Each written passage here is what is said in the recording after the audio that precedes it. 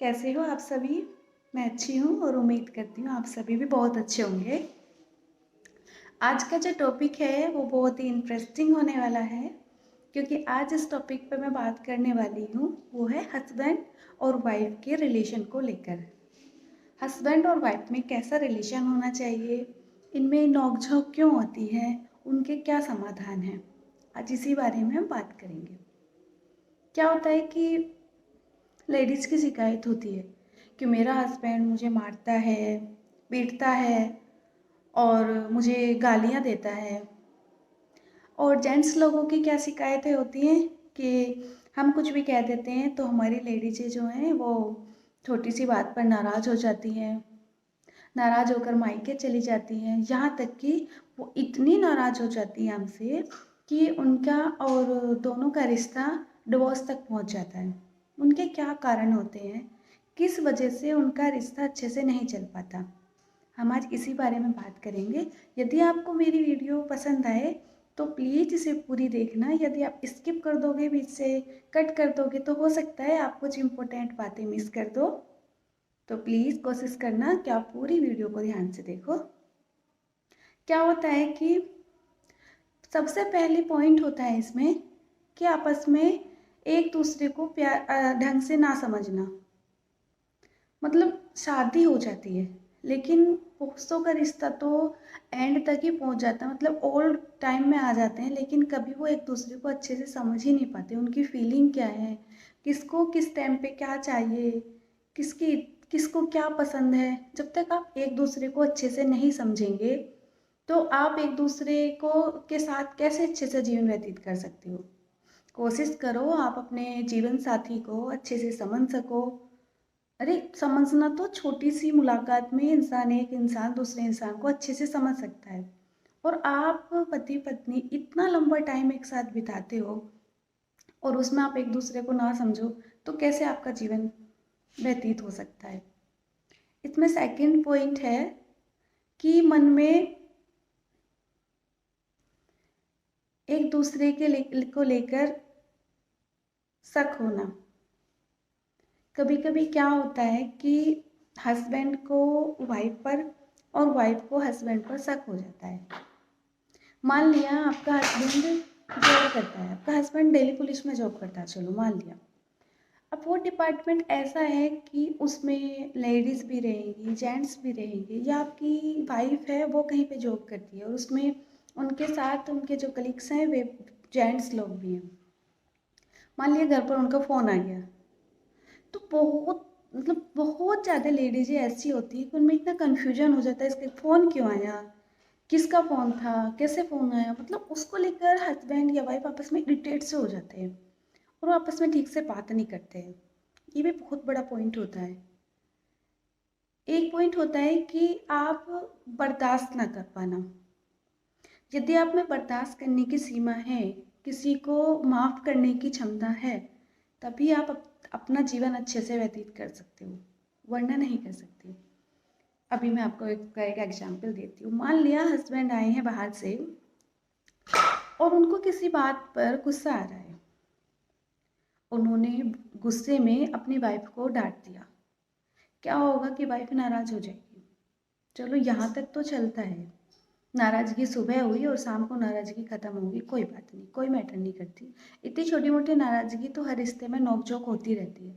लेकिन कभी कभी वो नाराज़गी इतना बड़ा रूप ले लेती है कि जो लेडीज होती हैं वो अपना थैला उठाया और चल देती हैं मायके पे। आपने एक डायलॉग सुना होगा, कंटों की दौड़ बिटोड़े पे, और लेडीजों की दौड़ मायके में। जैसे मायके से उनका पूरा जीवन गुजर हो जाएगा।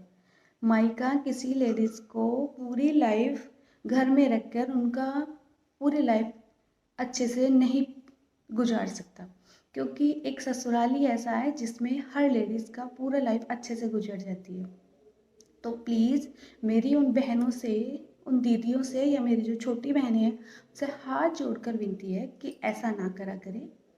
आपस में बैठकर अपने रिश्ते को सुलझाया करें, क्योंकि मायके में चल जाने के बाद आपका ससुराल से अटैचमेंट कम हो जाता है, आपको मायके अच्छा लगने लगता है और धीरे धीरे आपके रिश्ते में खटास आने लगती है। और वो खटास उस स्टेज तक चली जाती है कि आपका रिश्ता डिवोर्स तक चला जाता है और आपका जो जीवन है उसका जो स्टार्टिंग होने वाली थी वो स्टार्टिंग से पहले ही ख़त्म हो जाती है। कभी कभी तो इस अंतराल में जो उनके बच्चे होते हैं उनका फ्यूचर भी पूरी तरह से बर्बाद हो जाता है। मान लिया आपके एक बेटा है या बेटी है, वो समझ ही नहीं पाता कि वो पापा के पास रहना चाहिए या मम्मा के पास रहना चाहिए। ऐसी आजकल हजारों कंडीशन हो रही है। तो ऐसा ना करें, एक दूसरे को समझें।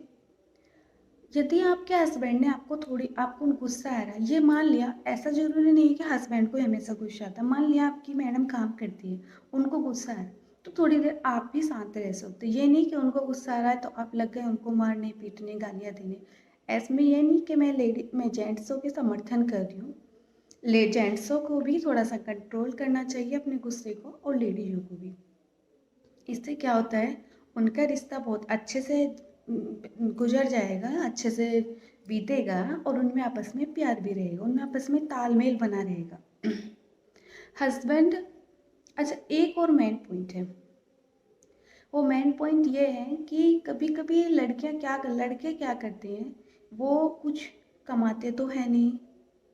उनके मान लिया उनके पापा हैं, वो जॉब करते हैं, कहते हैं कि मतलब हमारे पापा जॉब करते हैं और शादी हो जाएगी तो कोई बात नहीं, मेरे पापा के पैसे बहुत हैं, हम उनसे आराम से रहेंगे। देखो, ये आपकी बहुत बड़ी जीवन में गलती होती है। यदि आप कुछ भी मतलब आपके पास कोई ऐसा रोजगार का साधन नहीं है कि आप अपने वाइफ का या होने वाले बेबियों का अच्छे से केयर कर सको, तो आप तब तक शादी मत करो।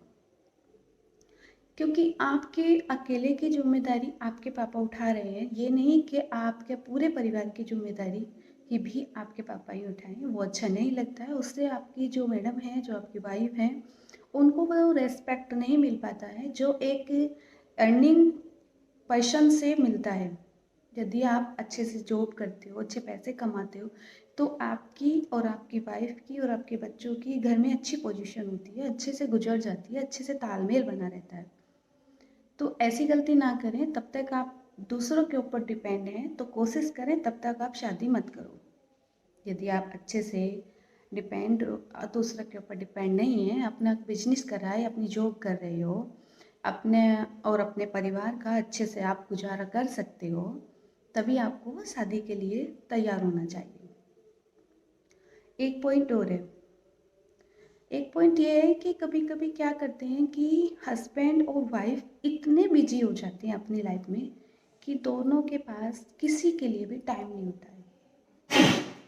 हो सकता है उनकी कुछ पर्सनल प्रॉब्लम भी चल रही हो, लेकिन उसको भी शेयर करने तक का टाइम नहीं होता है। तो प्लीज़ थोड़ा थोड़ा टाइम निकालो। हो सकता है चाय के बहाने, कॉफ़ी के बहाने, रात को डिनर साथ में कर लो। इतना टाइम जरूर निकालो कि आप दोनों एक दूसरे की बातें सुन सको, समझ सको, और उनके हो सके तो उसका कुछ समाधान निकाल सको। ये जरूरी है आप उनके दुख में ही शामिल हो, उनकी कुछ खुशी भी हो सकती है, उसमें भी आपको साथ में शामिल होना चाहिए। उससे आपका लाइफ बहुत अच्छे से व्यतीत होती है। आपको अच्छा लगेगा, आपका जीवन खुशियों से भर जाएगा। और देख, ये जो मैंने पॉइंट बताए हैं, आप कोशिश करके देखना, थोड़ा थोड़ा सा इनको अप्लाई करना, आपके जीवन अच्छे से गुजर जाएगी। मैं आपको शायद यकीन ना हो, मेरी शादी को 12 साल हो चुके हैं। अभी तक मेरे हस्बैंड से कभी कोई झगड़ा नहीं हुआ है, हम अच्छे से रहते हैं। मैं अपना खुद का एक्सपीरियंस आपको बता रही हूँ। मुझे भी काफ़ी मतलब मेरा नरम स्वभाव है, मुझे कभी गुस्सा आता है तो मैं अकेले में थोड़ी सी देर बातें कर लेती हूँ और मेरा गुस्सा ठंडा हो जाता है। ऐसे मेरा हस्बैंड का होता है, उन्हें कभी गुस्सा आता है तो मैं थोड़ी देर चुप हो जाती हूँ या वो चुप हो जाते हैं। हम कभी इस टाइप का हमारा झगड़ा जो है इतने हाई लेवल तक कभी नहीं पहुँच पाता कि हमें एक दूसरे को इतनी नाराज़गी बढ़ जाए कि बर्दाश्त से बाहर हो जाए। मैं अपना खुद का एक्सपीरियंस आपके साथ शेयर कर रही हूँ।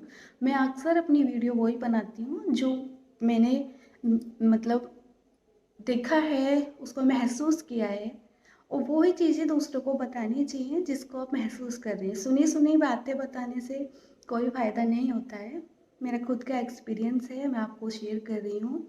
हो सकता है आप भी थोड़ा-सा गुस्सा सा कम करो, थोड़ा-सा बर्दाश्त करो एक-दूसरे को। अपने परिवार, ये नहीं है हस्बैंड को ही बर्दाश्त करो, उनकी पूरी फैमिली को के साथ समझौता बना कर रखो। अपने सास, देवर, देवरानी, जेठानी जो भी हो परिवार में सबके साथ अच्छे से तालमेल बना कर रखो। ऐसे ही ये, और एक पॉइंट मैंने मिस कर दिया, वो भी बहुत इम्पोर्टेंट है।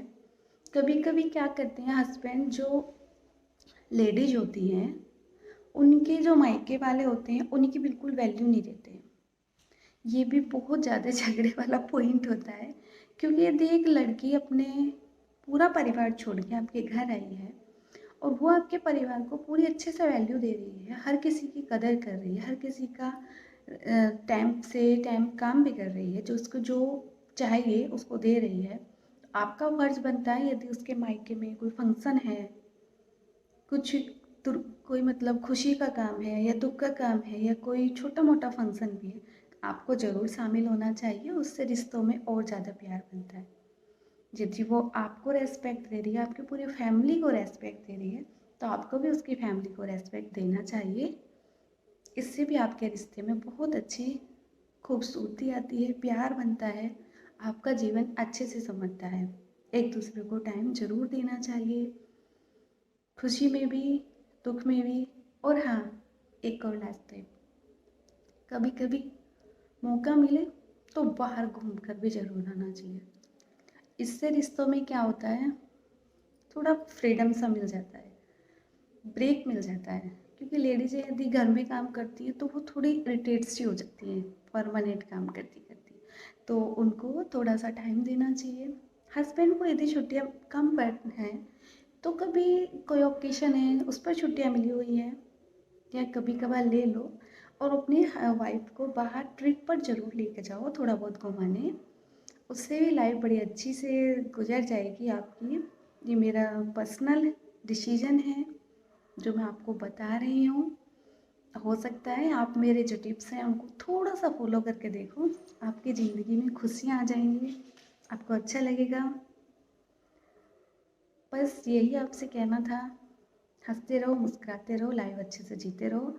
यदि मेरी वीडियो पसंद आई हो तो प्लीज़ मुझे कमेंट बॉक्स में ज़रूर बताना।